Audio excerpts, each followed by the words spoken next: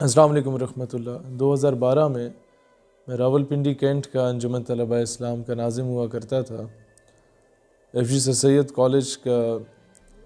طالب علم تھا سیکنڈ ایئر میں، اور میں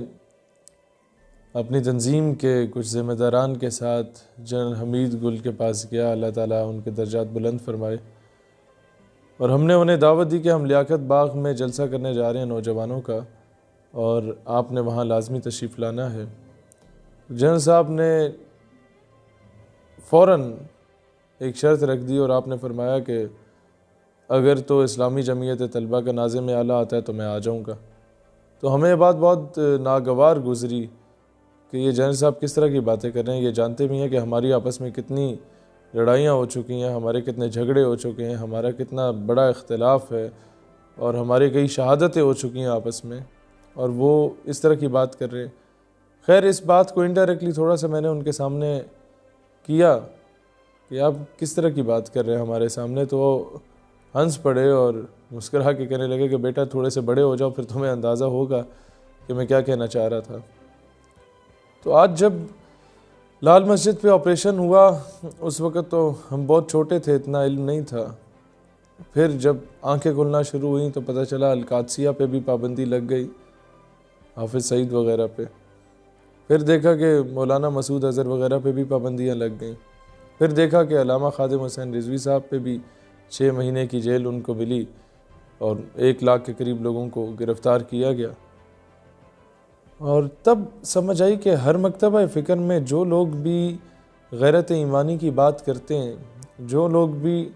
ڈائریکٹلی اور انڈائریکٹلی سلطان صلاح الدین ایوبی کی روش کو برقرار رکھنے کی بات کرتے ہیں، جو لوگ بھی ڈائریکٹلی یا انڈائریکٹلی نور الدین زنگی کے اس عشق رسول کے جذبے کو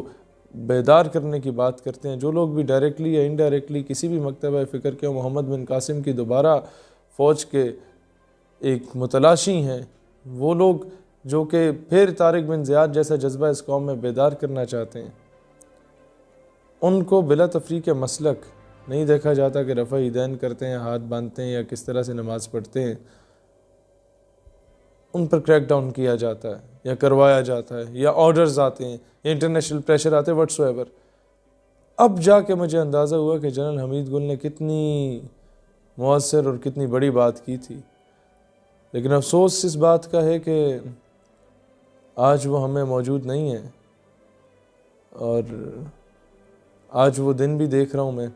کہ انجمن طلبہ اسلام و اسلامی جمعیت طلبہ دونوں تنظیمات کے ذمہ داران ایک دوسرے کے پروگرامز کی زینت بنا کرتے ہیں،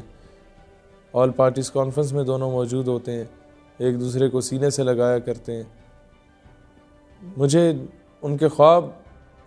کو پورا ہوتا دیکھ کے تو خوشی ضرور ہوتی ہے، لیکن افسوس اس بات کا ہوتا ہے کہ آج وہ ہستی ہم میں موجود نہیں ہے۔ شاید وہ موجود ہوتے اور یہ دیکھتے تو شاید زیادہ خوش ہوتے۔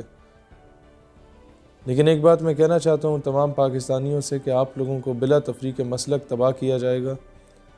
عراق میں جب بم گرتا ہے تو وہ یہ نہیں دیکھتا کہ یہ بم اس نے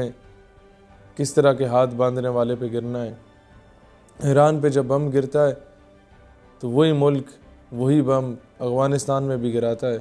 وہی ملک وہی ڈرون سٹرائک باجوڑ کے مدرسے پہ بھی کرتا ہے، وہی ملک اپنے دوسرے چیلے کو سپانسر کر کے APS پشاور پہ بھی اٹیک کرواتا ہے، وہی ملک وہی قوم وہی خطہ وہی قبیلہ وہی لوگ،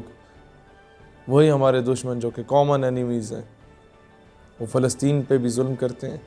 اور اسرائیل کی حمایت کرتے ہیں۔ یہ وہی لوگ ہیں جنہوں نے لبنان پہ ظلم کیا تھا، یہ وہی لوگ ہیں جن لوگوں نے سیریا پہ ظلم کیا ہے،